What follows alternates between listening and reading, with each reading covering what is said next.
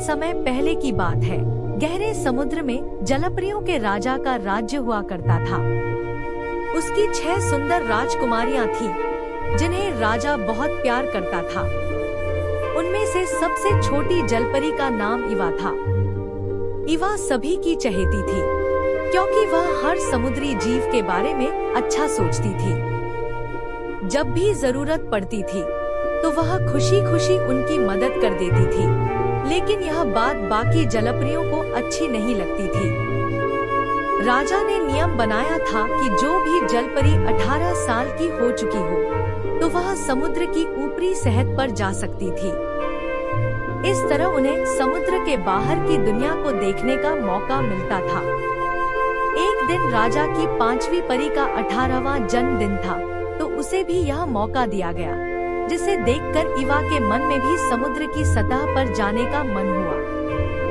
इवा ने भी अपने पिताजी यानी समुद्र के राजा से समुद्र की सतह पर जाने की इजाजत मांगी। इस पर राजा ने यह कहते हुए मना कर दिया कि समुद्र की सतह पर जाने के लिए वह अभी बहुत छोटी है। इस घटना के बाद से इवा को अपने 18वें जन्मदिन का इंतजार रहने लगा। समय बीतता गया और इवा अपनी दादी से समुद्र के बाहर की दुनिया के बारे में पूछती रहती थी। दादी की कहानियों से इवा को इंसानों के बारे में भी पता चला। दादी माँ ने इवा को यह भी बताया कि हमारी उम्र 300 साल होती है और हम मरने के बाद झाग बन जाते हैं। वहीं जिस जलपरी का दिल नेक और सच्चा होता है, उसे आसमान की परी अपने साथ ले जाती है और उस जलपरी को भी परी बना देती है। वहीं इंसानों की उम्र ज्यादा से ज्यादा 100 साल ही होती है। इस प्रकार दादी से रोज वो समुद्र से बाहर की दुनिया के बारे में जानती रहती थी। एक दिन वो घड़ी भी आ ही गई, जिसका इवा को कई सालों से इंतजार था। नियम के अनुसार इवा ने भी अपने जन्मदिन के अवसर पर राजा से समुद्र की ऊपरी सतह पर जाने की आज्ञा मांगी। इस पर राजा आज्ञा देने के लिए तैयार नहीं हुए। उन्हें डर था कि उनकी इस भोली भाली बेटी का कोई कुछ कर न दे। तभी वहाँ केकड़ा आता है, जो राजा का मंत्री था। सभी राजा के मंत्री को श्रिम्प कहकर बुलाते थे। वह इवा का बहुत अच्छा दोस्त भी था। श्रिम्प ने राजा से अनुरोध किया कि वह इवा का ख्याल रखेगा और उसे अपने साथ सही सलामत वापस लेकर आ जाएगा। तब राजा ने उन दोनों को समुद्र की सतह पर जाने की आज्ञा दी। राजा से आज्ञा लेकर वो दोनों खुशी खुशी समुद्र की ऊपरी सतह की ओर चल देते हैं। जैसे ही इवा ने समुद्र के ऊपर की दुनिया देखी, वह देखती ही रह गई। उसने वहाँ हवा को महसूस किया, हवा में उड़ते हुए पक्षी देखे, सूरज को देखा। वह यह सब देख ही रही थी कि अचानक उस ओर उन्हें एक बड़ी नाव आती दिखाई दी। उसने दूर से उस पर सवार राजकुमार को देख लिया था। उसे देखते ही इवा को उस राजकुमार से प्यार हो गया। तभी अचानक समुद्र में तूफान आ गया और राजकुमार की नाव तूफान में फंसकर टूट गई। यह सब देखकर इवा का मन भावुक हो गया और वह तुरंत राजकुमार को बचाने के लिए बढ़ चली।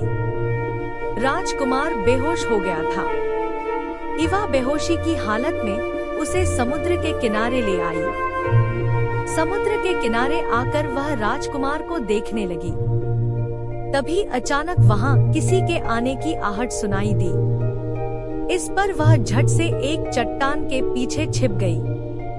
उसने देखा कि वहाँ कुछ राजकुमारियां आकर राजकुमार के पास रुक गई हैं और उसे होश में लाने की कोशिश कर रही हैं। राजकुमार ने होश में आते ही उसके पास खड़ी राजकुमारी से पूछा कि क्या उसकी जान उस राजकुमारी ने बचाई है। तब उस राजकुमारी ने झूठ बोलते हुए हाँ में उत्तर दिया। यह सब इवा देख रही थी। उसे यह अच्छा नहीं लगा कि राजकुमार की जान बचाने का झूठा श्रेय वह राजकुमारी ले रही है। फिर भी इवा खुश थी कि राजकुमार की जान बच गई थी। उसके बाद इवा वहाँ से निकलकर वापस समुद्र की गहराइयों में अपने महल आ गई। वापस महल आने के बाद उसका मन कहीं भी नहीं लग रहा था। उसे अब हर पल बस राजकुमार की याद सताती रहती थी। तभी वहाँ श्रिम्प आया और उसने इवा से पूछा कि वह क्यों उदास है। तब इवा ने उसे पूरी बात बताई। श्रिम्प ने कहा कि यहाँ काले समुद्र की ओर एक डायन रहती है। वह शायद तुम्हारी इस मामले में कुछ मदद कर सकती है, लेकिन उसके ऊपर भरोसा नहीं किया जा सकता है। इवा किसी भी हालत में राजकुमार को पाना चाहती थी।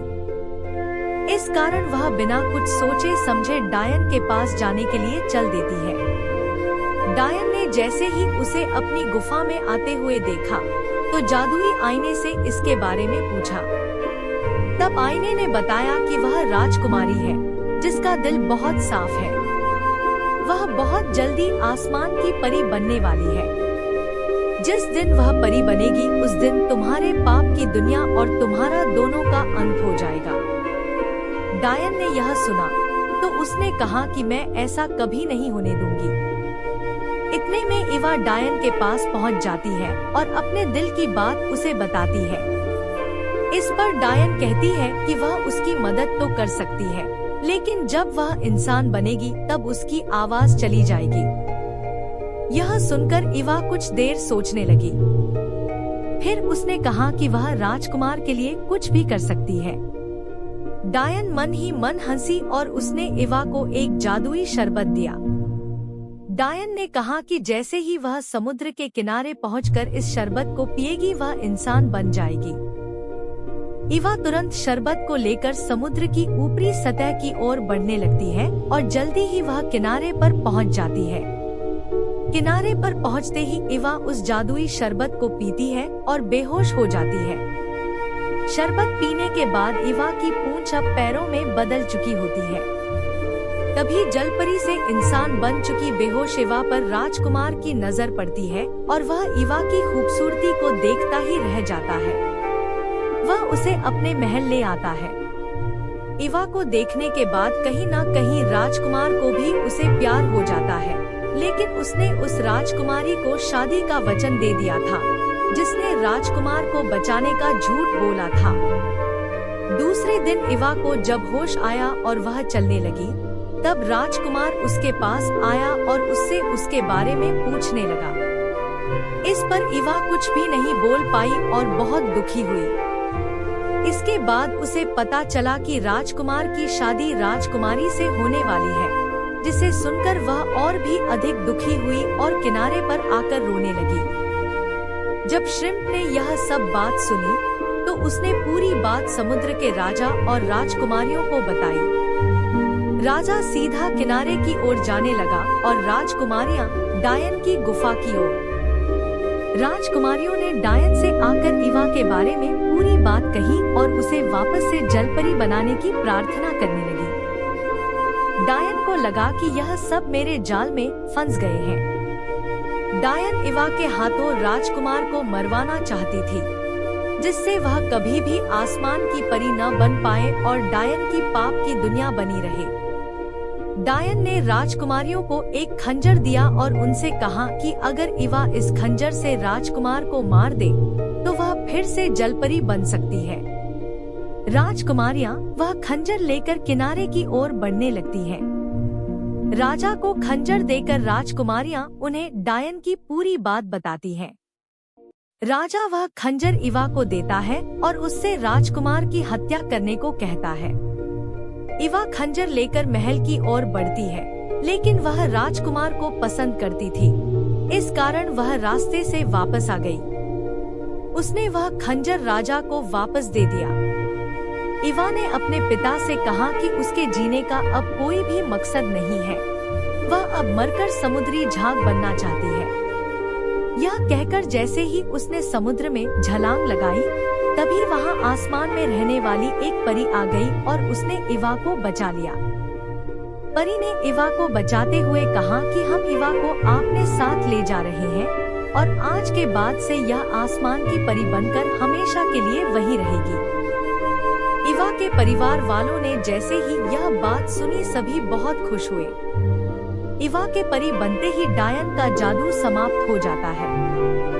इतने में इवा के पीछे पीछे वहां राजकुमार भी आ पहुंचता है। राजकुमार वहाँ मौजूद सभी जलपरियों और आसमानी परी को देख हैरान रह जाता है। वह इवा को बताता है कि वह भी उससे बहुत प्यार करता है। इस पर इवा राजकुमार से कहती है कि इस जन्म में न सही, लेकिन अगले जन्म में हम जरूर मिलेंगे। कहानी से सीख। साफ मन से अच्छे काम करने वालों का कभी बुरा नहीं होता। वहीं दूसरों का बुरा चाहने वालों के साथ हमेशा बुरा ही होता है।